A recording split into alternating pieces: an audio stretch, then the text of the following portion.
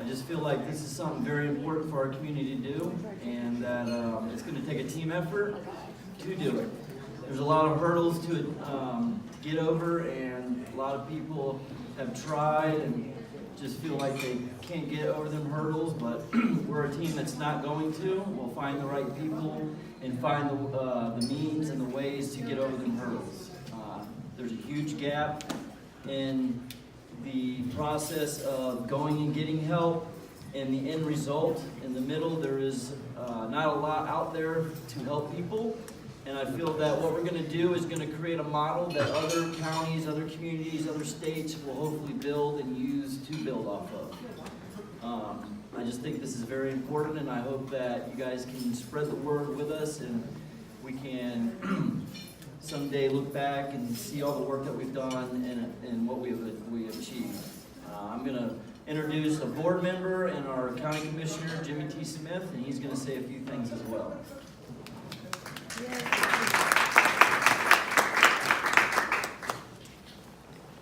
Most of you I know and consider you my friends, and those who I don't know, well, hello, I'm Jimmy.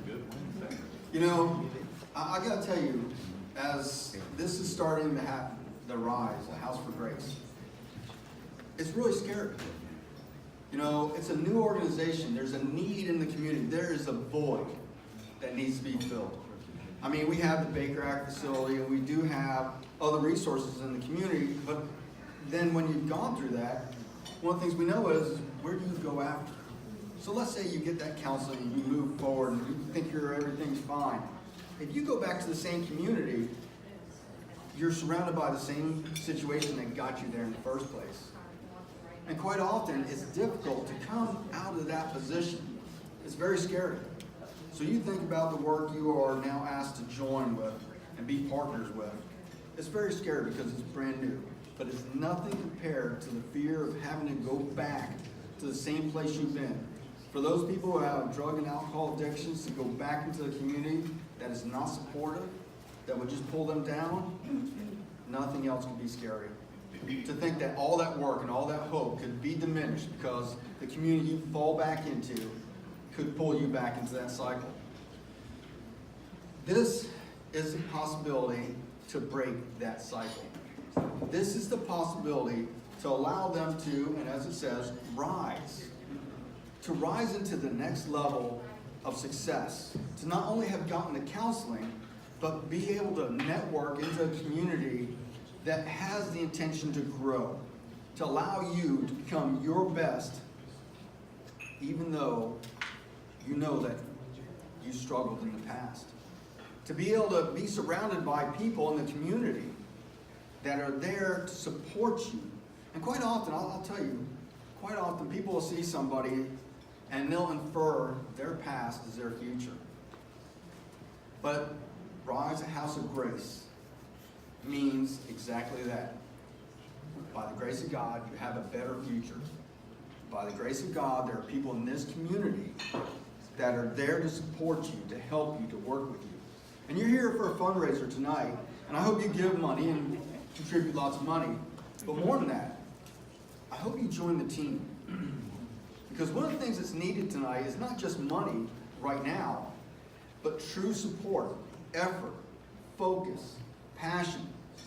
Because, God bless Carla and all the people who are currently working on this, it has to grow into a movement. It can't just be 4 or 5 people trying to make this happen. It's got to be the community coming together and truly saying, you know what, enough. We have to do it differently.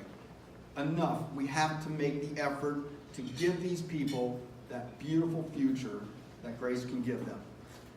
And Carla has been doing great work. We, the board, are in full support, and we simply ask that you'll help and join with us to make a better future for those who deserve it. Thank you. Thank you.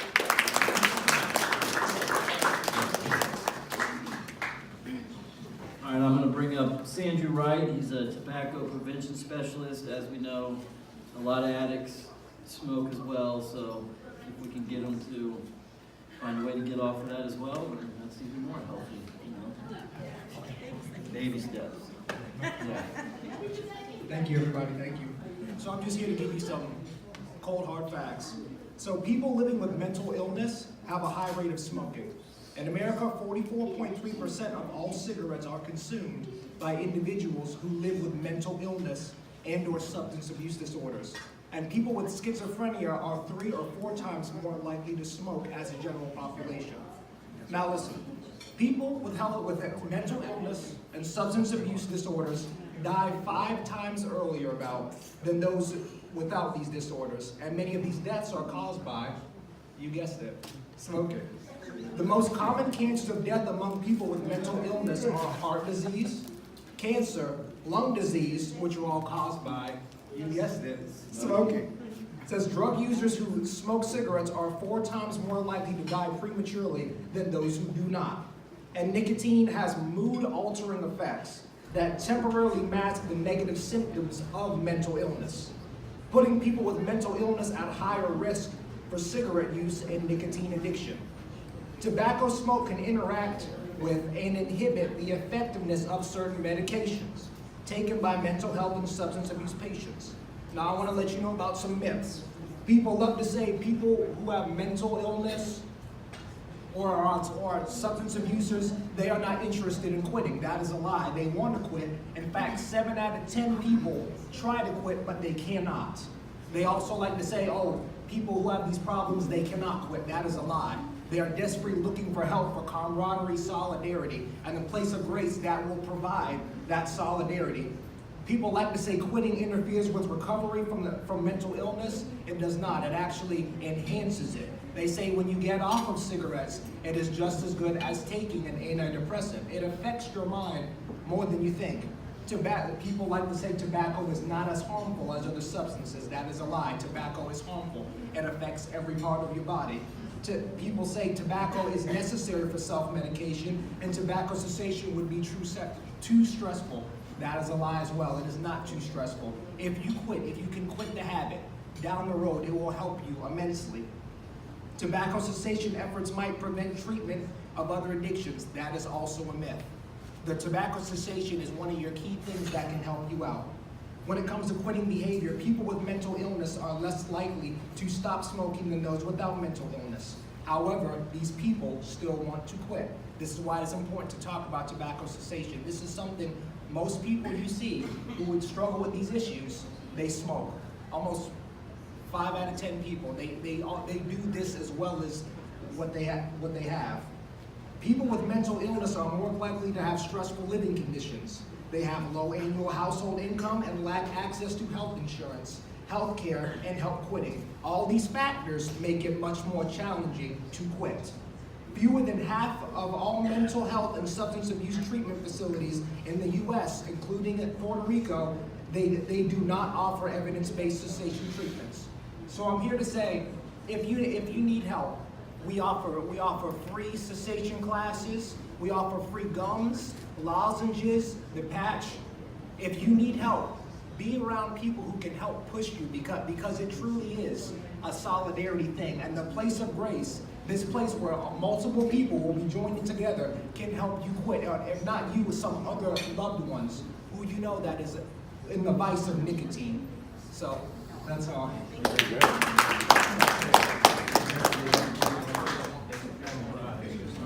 Like Sandra said, Place of Grace is what we're trying to do is create a place where your neighbor is someone going through the things that you're going through, or on another step that you've already gone through that you can give them pointers. But the fact is this has affected all of us in some way, whether it's ourselves, a family, a friend of a friend. We're connected some way with addiction of smoking, drugs, drinking, whatever it may be. It is definitely something that reaches all of us, and it's not afraid to touch anyone. It's out there, and it's underneath the rug right now. We're lifting the rug up.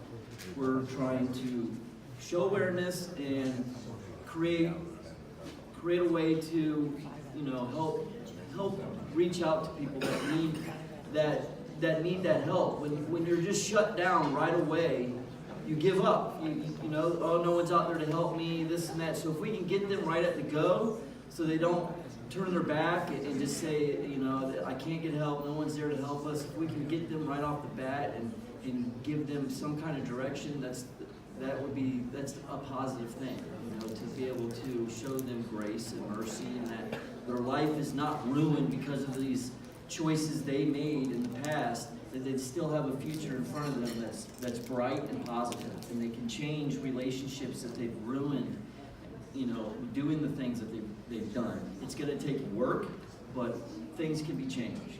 I'm gonna bring Carla up here again, and she's gonna speak and introduce someone else. So Carla. Again, hello everyone. This cause is so dear to my heart, and as I look around the room and I see so many faces that I know and I've known for a long time, as well as individuals who I am quickly getting to know, it just makes me feel so proud and excited that I have community involvement for this project and that people are interested in the vision that God has given me. Sandra, I want to thank you for being here tonight and for sharing your statistics. Brian, thank you so much. And Commissioner Jimmy T, thank you as well. So I want to start off by saying that we could not be here and I could not be doing this if it wasn't for the help of several individuals who are here tonight. First of all, I would like to say thank you to Ms. Terry Osteen for providing this beautiful space for tonight, as well as our drinks and food. My husband Brian and I both feel so blessed to have the people around us that are here in support of this vision that we have. And so I have a few individuals that I would like to point out. Of course, Ms. Patty Smith, she has been my right hand on so many different tasks here in the last 3 months. She has been a godsend to my life. Dr. Faye Kakdak is here. She has helped me get this up and running. Dr. Faye, can you raise your hand and let everyone see who you are? She has been a huge contributor and supporter of this organization, and we honestly would not have been able to even get any of this up and running without her help. So I'm very appreciative for her. Ms. Cheryl Lambert is here. She is our realtor, and she has been my mentor since the first time I contacted her, and she has been so helpful in how to start a nonprofit, as well as what to even do when you're thinking about purchasing a very large building. So I am so grateful for you. Thank you. Of course, I have this amazing man here, Brian, who has to deal with all the stress and my anxiety and all of my craziness, and he deals with it very well, and he is very supportive of all of my moves. My best friend Patrick, he is my partner, and he is also a business mentor to me and helping me get this off and running. So, and my handsome son Hunter, who was helping pass out your little tickets. My girlfriend Shannon, she has been here since day one and step by step helping us with this. So I just am very appreciative. But I cannot say enough about Miss Nancy Kennedy. Nancy, God has truly blessed me with putting you in my life, and for you to have the heart that you do. I know that circumstances have brought us together, but I could not be more appreciative for your friendship, for your guidance, and for your amazing ability to write and portray a story like no one else. So thank you so much. Okay, now that that's out of the way, I do believe Patty is going to do a couple more door prizes really quick before I get into our mission and our goals for purchasing the building that will eventually become the Rise Center. So Patty and Hunter, if you will come up here, please. We're running low on that. Know me, or may not have read Miss Nancy's article that shared my testimony. I am 3 years into my own personal recovery from drugs and alcohol addiction. I have come so far, praise God.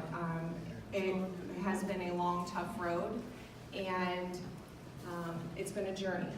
But that journey that lasted 15 years has now brought me to where I stand right here today.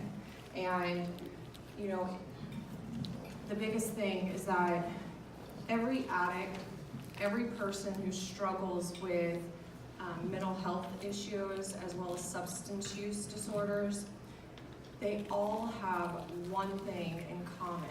Whether the addict has an addiction to tobacco, like Sandra had spoke on, whether it's drugs, alcohol, sex, whether it's gambling, whatever it is, they're trying to cover up some sort of pain. And it starts somewhere, and usually it starts at a much younger age, and we mask that pain with something. And so, as I look around the room and I see everyone here, I know that everyone in this building represents somebody that they know that has been afflicted with drug or alcohol addiction. It does not have a particular face. It does not have a skin tone. It does not have a religious belief or a bank account number. Addiction affects anyone and everyone at any time. And it's breaking hearts of those who have been affected by it. It is destroying lives, the individual's lives as well as those who love the individual that struggles. And it's tearing apart our community. Addiction has destroyed my family and my children's lives for many, many years. And by the grace of God, I have recommitted my relationships with my family through my sobriety. I have been able to enjoy having my children back in my life after many years of being separated from them. And it is a beautiful thing to be able to call upon your parents, your grandparents, to find out that they are proud of you because you were one of the ones who took a step in the right direction to get help. And so I am grateful that I'm able to stand up here today because of that step. There's a lot of people, though, who have not made it. There's a lot of individuals that will never be able to stand and say that they overcame. But I'm a believer. I believe in Jesus Christ as my Lord and Savior. And so I know that the Word of God says that they overcame by the blood of the Lamb and the word of their testimony. And so here I am today. I'm going to share that this is part of my testimony. I am able to help others because of what I've been through. And it was extremely difficult times in my life that brought me into a very devastating part of my journey. I spent a lot of time in jail across the state, several counties that I prefer not to have to ever visit or go back to, and I'm grateful that I don't think I ever will. I hope I won't, but You won't. I won't, unless I can go in and visit somebody else, which I am all for. But through those times and that journey, I learned so much about myself, and I learned that I was masking pain, pain that had started years earlier, but it wasn't until I became an adult that I actually tried to cover it up with drugs and alcohol. But that's not the case for many others. Our children are susceptible to addiction at so much of a younger age. And the drugs that are taking place, that are plaguing our communities here in Citrus County, as well as across our state and our nation, are destroying lives at a remarkable speed. And, you know, to give you a couple facts, last year, 72,000 individuals died of an overdose. That's a lot of people. I read the other day that that number would be comparable to wiping out the whole city of Daytona Beach in one time. Could you imagine just deciding that you wanted to go for a vacation, for a quick vacation, and drive 2 hours over to Daytona and get there and there's nobody there because of the rate of individuals dying? That is a reality that could happen. So here I am.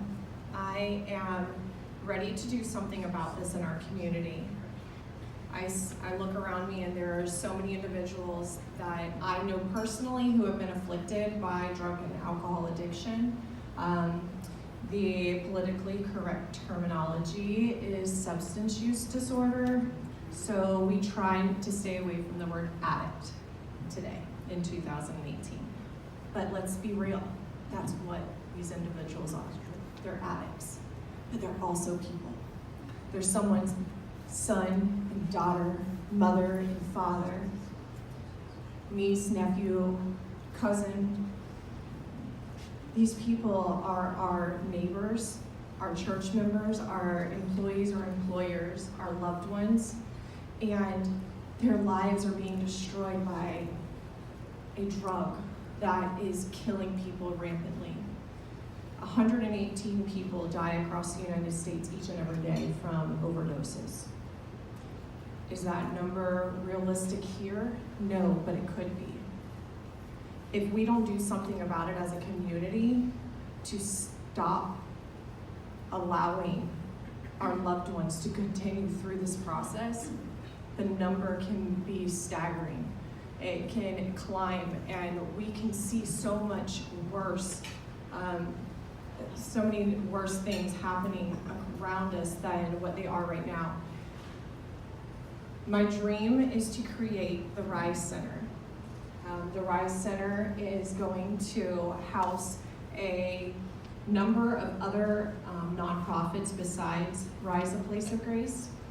We have been in communication with several other nonprofits here locally as well as out of the community that are interested in working alongside of us and partnering with us to create this center. Anybody who has been directly affected by addiction knows that if you look around Citrus County, there is nowhere to turn to be able to find placement in a detox center, in rehab, or aftercare, unless that individual goes out of town and then has to come back and figure things out on their own. Unless somebody is arrested or they choose to get help, there are so many obstacles that they are fighting, that the family is fighting. And so myself and the individuals that I introduced, we want to do something about this. Our goal is to purchase the old Department of Children and Families building that is located on Highway 41, right inside the Inverness city line. That building is 28,000 square feet, and with the partnership with Lifestream Behavioral Health, who has recently taken over the contract for behavioral health and substance abuse programs here in Citrus County, that building will be able to allow us to create a sober living facility that will house anywhere from 40 to 100 individuals within the next year. That is a huge number of individuals and families that can be changed by us being able to acquire this building. Our goal is to have the building set up and have live stream in the building by March at the latest. That would allow them to have the space needed to accept assessments and be able to put all their programs in place in one building. And so then we would be able to have our program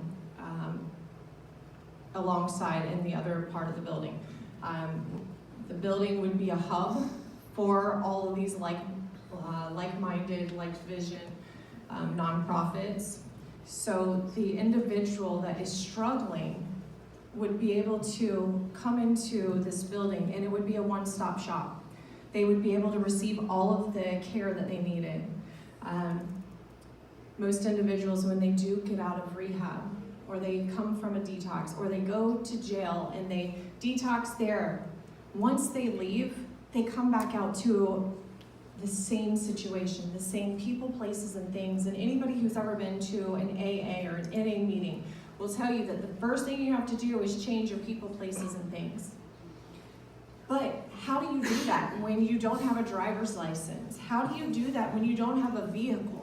How do you do that when you don't have a place that is stable for you to lay your head at night? Or even have a bank account because you can't get a bank account? How do you do that when you don't have the ability to get from one place to another? It's very hard. And so then the cycle begins. Even if they came out and they were clean for 30 days or 60 days, you come back home and you don't have a support system. Most individuals who struggle with chemical dependency, substance use disorder, they end up going into jail. It's realistic because drugs and alcohol don't care who they destroy, and they don't care what they're going to do to the individual. They just want you to use them now, get them by any means possible, and it doesn't matter who you hurt along the way, whether it's your neighbor, it's somebody that you grew up with, whether it's a family member. Individuals steal, they lie, they do all kinds of things that they normally wouldn't do in a healthy, sober mentality. And so when those obstacles are placed in front of them, they realize that they have nobody there to turn to. I myself suffered with that same situation several times. I am so grateful that I had a good family who supported me along my journey, but there were several times that I did things that my parents weren't willing to forget. They may have forgiven me, but they weren't willing to allow me in their house. There were a few times that there was restraining orders placed on me because of the actions that I had. And that was hard, but where do you go?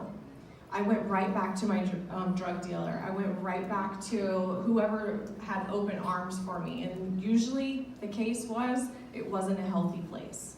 And so we want to be able to create that support system. We want our community, Citrus County, to be able to say, hey, here we are, we're partnering together, we want to change lives.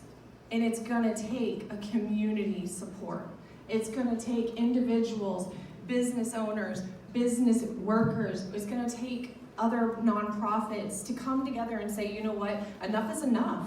We've got to do something. We have to save the loved ones of ourselves and our neighbors and others. You know, I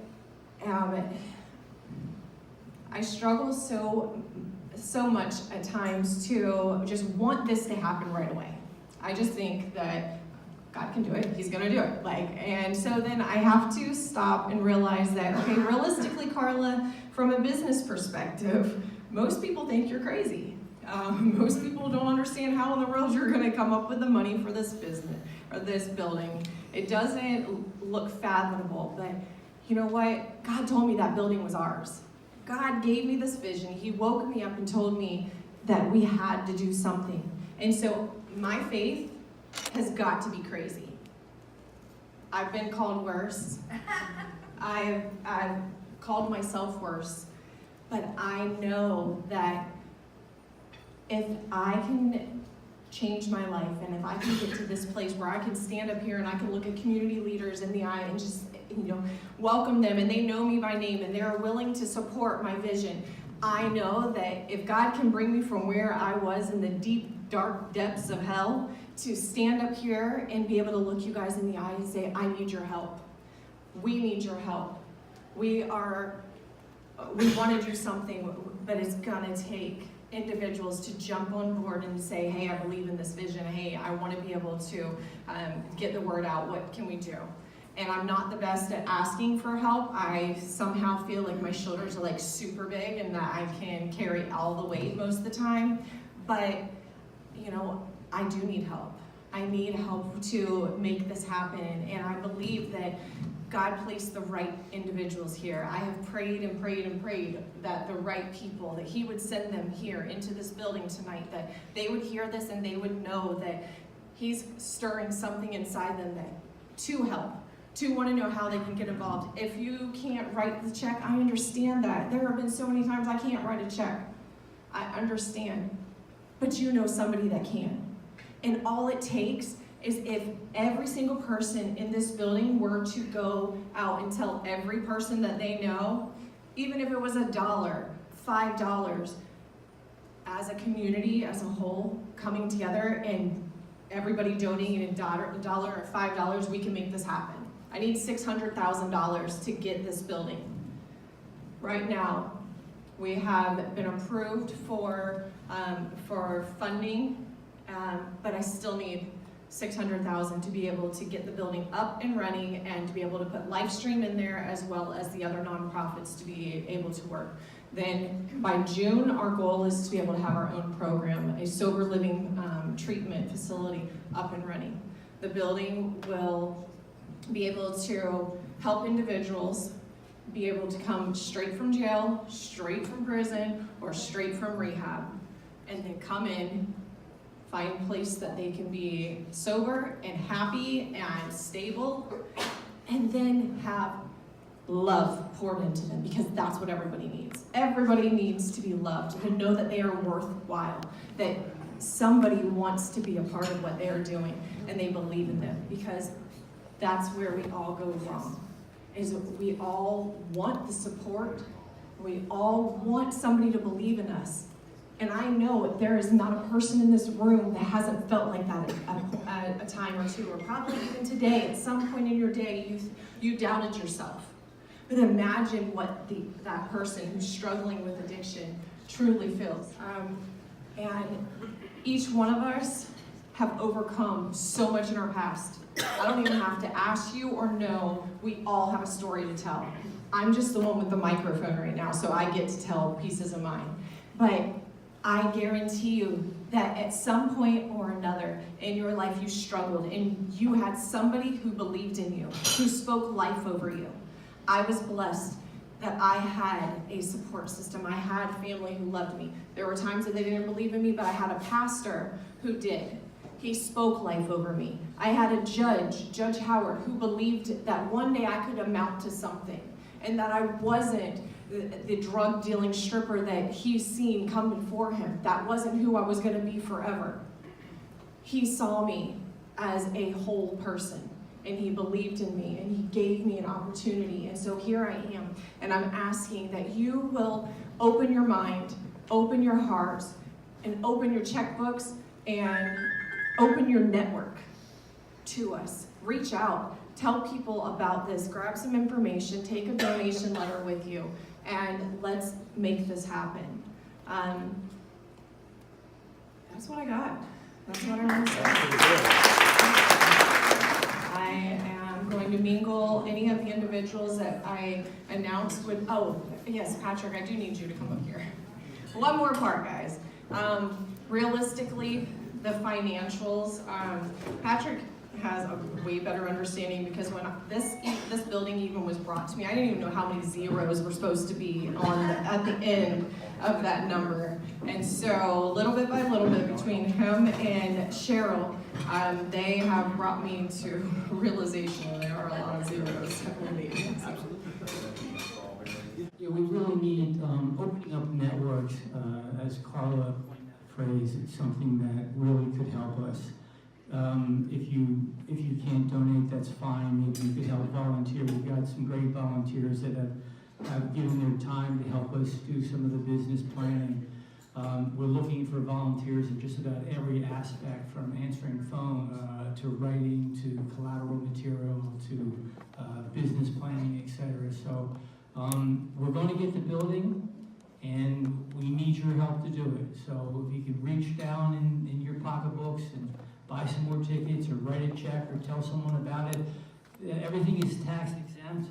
There's she mentioned, there's donor letters next to the check box. You can take one of those if you know somebody who might be able to donate or want to donate. We can have a conversation. We can have a more granular conversation about exactly what we're doing and how we're doing it. So we really, really need your networks. All right. Thanks so much.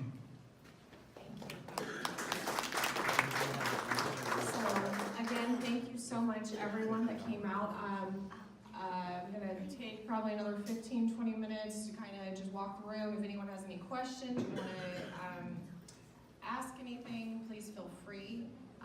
And then on our business card, as well as the pamphlets that we have, are ways that you can reach us at any time through Facebook. We have a Facebook page, as well as our webpage up and running. We are able to accept donations of any type, and like I said, I don't care how small or large, I just need the help, and I appreciate everyone that came out and that believes in what we are doing. So I just want to say thank you. Thank you.